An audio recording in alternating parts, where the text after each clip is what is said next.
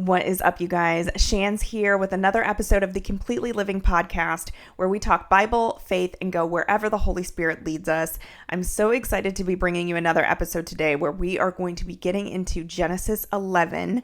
We just finished Genesis 10. We've gone 1 through 10. So if you haven't seen those videos, make sure you go back in the channel and check those out so that you can get up to speed, so that you are totally on the same page before we get into Genesis 11. Now, when we get into this, we are going to be reading the New Living Translation, or the NLT version of the Bible. I will put the words on the screen for those of you who are able to watch the video podcast. But if you're not able to watch it, I'll also be reading the words so you can just follow along in any translation that it feels right to you, whatever feels the best for you.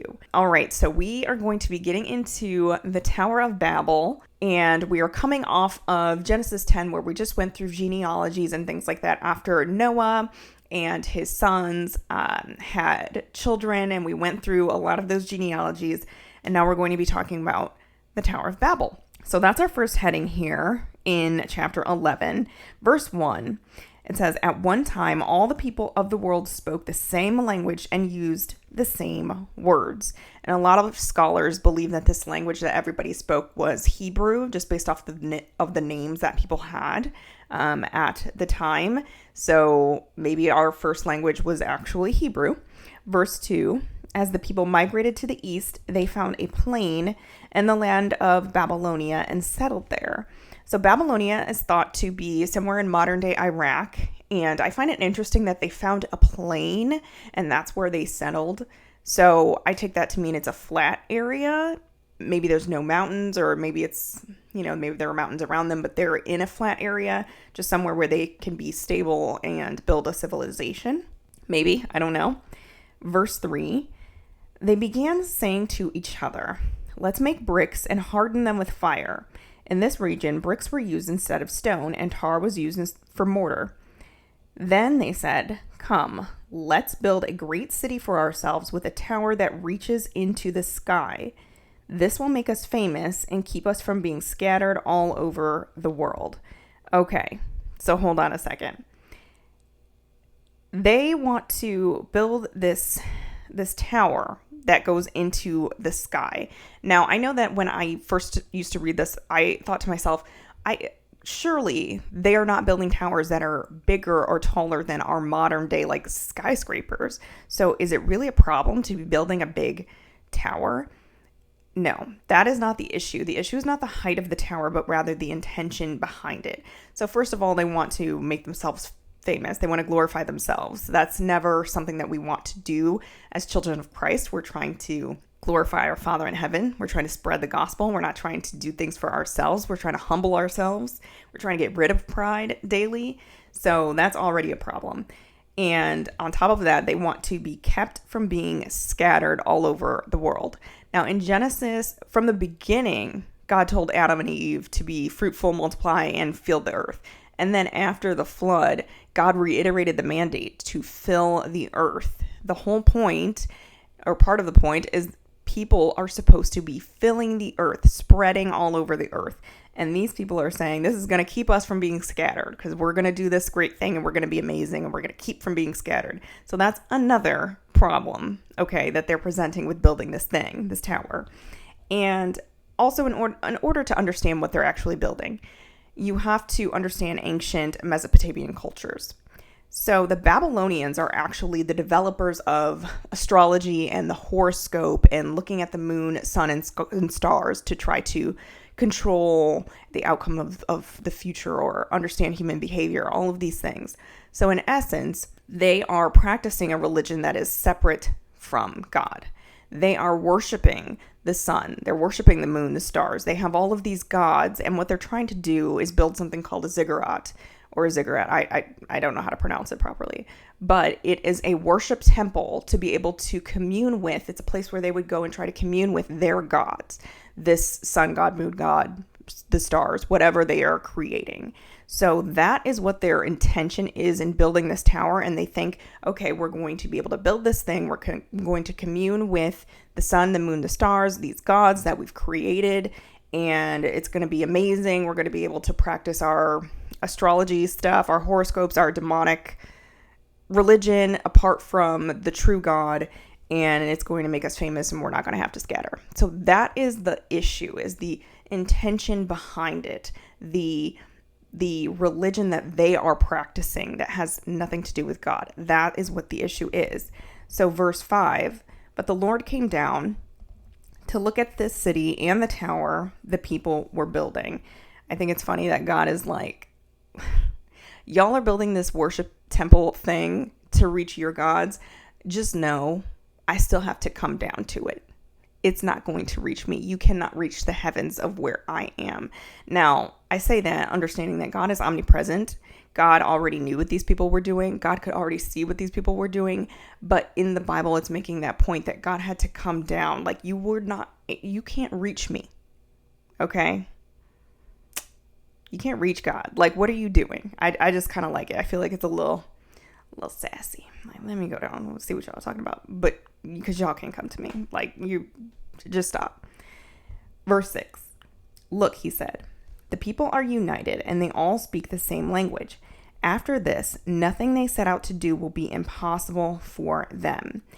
So here I think it's important that the people are united against God. They're united in their common interest to practice this religion that God never prescribed, and they're united against him. And when he's saying nothing will be impossible to them, God is getting at this idea of them progressing their sin, progressing their sinful nature. Mind you, this is on the back of the flood. God already flooded the earth, okay? He already wiped out mankind because of the wickedness. Now y'all are trying to progress your sin again because we just cannot help ourselves in our sin. The flesh is just so incredibly weak. These people. And I say these people, but it's us too. Like, it really is. This story, the weakness of the flesh, we can all relate, okay? So they are united and trying to progress the sin. And that is the problem. And if they are successful and they continue to talk to one another like this, they're going to continue to get farther and farther away from God. And that's the issue. So verse 7, come, let's go down and confuse the people with different languages. Then they won't be able to understand each other. So savage. Just so savage. So you're talking to somebody one day and then one day you just straight up cannot understand what they're saying. They're speaking Charlie Brown teacher language. And if you don't know what I'm talking about, that's fine. You're young. But they just can't understand each other. Okay. Verse 8, in that way, the Lord scattered them all over the world, and they stopped building the city. That is why the city was called Babel, because that is where the Lord confused the people with different languages. In this way, he scattered them all over the world. So now God is able to scatter people all over the world. And the way that I picture this in my mind is now we have these different groups of people. Like, obviously, they're wandering around. They're trying to find others who speak their language. We have these different groups of people, and they're, in my head, like, some are speaking French, some are speaking Italian. I'm making it up, Some are speaking English. So they all go and find their groups that they understand, and then they're filling the world. They're spreading all over, and this is how we're getting those different nations and clans and nationalities that we were talking about back in chapter 10. Now they're going all over the world and repopulating with these particular groups of people who all understand each other and speak the same language, and they're scattered now. They're filling the earth like God's mandate. So by God doing this, he's able to slow the sin and slow the evil, spread humanity all over the world, and God is showing that he is going to break up unity when it is rooted in rebellion. So the people are unified into doing something rebellious and against God. He's going to break that up. That's not his will. Verse 10. This is the account of Shem's family. 2 years after the great flood, when Shem was 100 years old, he became the father of Arphaxad. After the birth of Arphaxad, Shem lived another 500 years and had other sons and daughters. When Arphaxad was 35 years old, he became the father of Shelah. After the birth of Shelah, Arphaxad lived another 403 years and had other sons and daughters. So I think it's interesting. We're still seeing that length of time that people are living, 500 years, 400 years. They're still living a long time. They're not living the 900 years from before. It is getting lower, but they're still living a long time. I find that, interesting. verse 14, when Shelah was 30 years old, he became the father of Eber, and Eber is the ancestor of the Hebrews, just to note. Verse 15, after the birth of Eber, Shelah lived another 403 years and had other sons and daughters. When Eber was 34 years old, he became the father of Peleg. Now, if you remember, chapter 10, we talked about Eber and we talked about Peleg. And I remember, if you look in chapter 10, verse 25, we talked about Eber and his name meaning division because the world was broken into different language groups at that time. So now we have Peleg again. But if you remember, we talked about Peleg and his brother Joktan, and we never actually went through Peleg's genealogy in chapter 10. So it's interesting that it was specifically saved to mention here. It's important, and it was saved. It wasn't put with the other genealogies. Interesting. After the birth of Peleg, again, whose name means division, that we learned in chapter 10, Eber lived another 430 years and had other sons and daughters. When Peleg was 30 years old, he became the father of Reu. After the birth of Reu, Peleg lived another 209 years and had other sons and daughters. Okay, so now we've got 209 years. So it is the lifespan is getting smaller, I see. So I wonder if that's like sin is taking effect. Sin is continuing to spread in the human body and starting to lower the amount of time that people are living. I wonder if that's what that's what we're seeing here. Verse 20. When Reu was 32 years old, I also find it interesting. Everybody's having kids now in their 30s. Arphaxad 35, Shelah 30, Eber 34. Peleg 30. Like, people are now having kids in their 30s when before they were having kids much older. So when Reu was 32 years old, he became the father of Serug.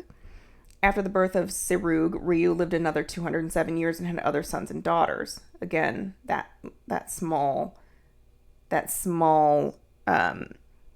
lifespan. When Serug was 30 years old, he became the father of Nahor. After the birth of Nahor, Serug lived another 200 years and had other sons and daughters. When Nahor was 29 years old, so now we got people having kids in their 20s. He became the father of Terah. After the birth of Terah, Nahor lived another 119 years and had other sons and daughters. Now the lifespan, we're only living another 119 years. It's going down significantly. After Terah was 70 years old, we've got somebody having kids in their 70s again. He became the father of Abram, Nahor, and Haran. Now you can see why the Peleg genealogy is put over here and set aside to be significant, because now we have Abram. And Abram eventually is going to have his name changed to Abraham. So this is the story of the chosen person who the redemption plan is going to come through, where the Abrahamic religions are birthed. So we have Abraham, who's going to end up having Isaac, who's going to end up being, having the Israelite people. And we have eventually the birth of Christ coming from this descendant line. So God set it apart to go through this genealogy separately. So now we're going through the family of Terah. Verse 27. This is the account of Terah's family. Terah was the father of Abram, Nahor, and Haran. And Haran was the father of Lot. So if you know the Bible story, you've probably heard of Lot before from the story of Sodom and Gomorrah, right? But we'll get into that eventually. Verse 28. But Haran died in Ur of the Chaldeans, the land of his birth, while his father Terah was still living. Oh, terrible. So now we have a situation where the son died before the father, which is just terrible. I wonder what happened, if it's a consequence again of the sin. Like, what happened here? Meanwhile, Abram and Nahor both married. The name of Abram's wife was Sarai. And if you know the story, eventually her name gets changed to Sarah, and Abram's name is changed to Abraham. Also, fun fact, Sarai is his half-sister. So that's just so you know, I believe they have the same father, different mothers. But we've talked about it in the past of how this was like a common practice back in the day, but eventually it's going to get to the place where sin is corrupting the body and the bloodline so much that God's going to be like, no, you can't marry close family members anymore. Okay. Her name was Sarai, and the name of Nahor's wife was Milcah. Milcah and her sister Ishka were daughters of Nahor's brother Haran. Hold on.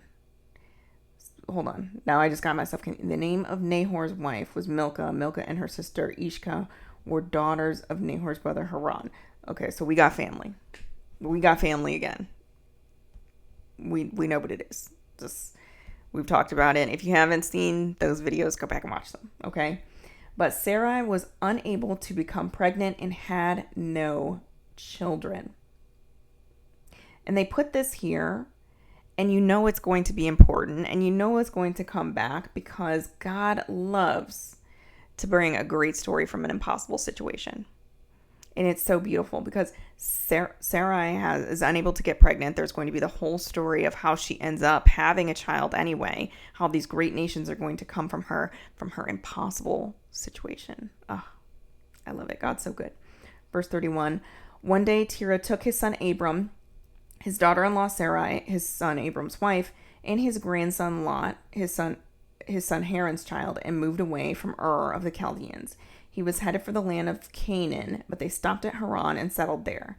Terah lived for 205 years and died while still in Haran. And that is the end of Genesis chapter 11.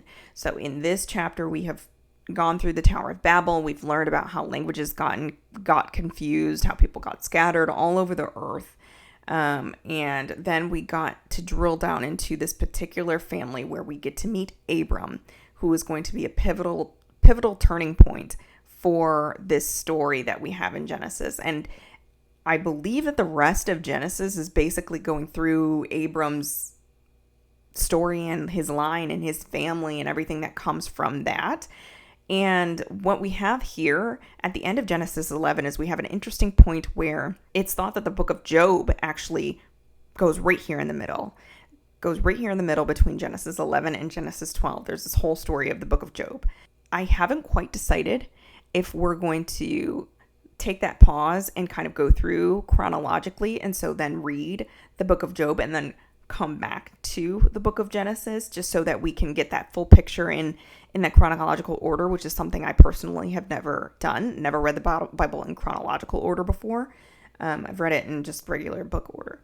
So I guess we will figure that out next week when I see you again right here on the podcast. But in the meantime, please make sure to like this video, subscribe to the channel, check out the podcast, share the video with anybody who is interested in studying and deep diving into the Bible a little bit more. And we will see each other again as we go through either the next chapter of Genesis, or start Job, or go wherever the Holy Spirit leads us. Maybe we're going to start an entirely different study. Who knows? But I will see you next time. Thank you so much for watching.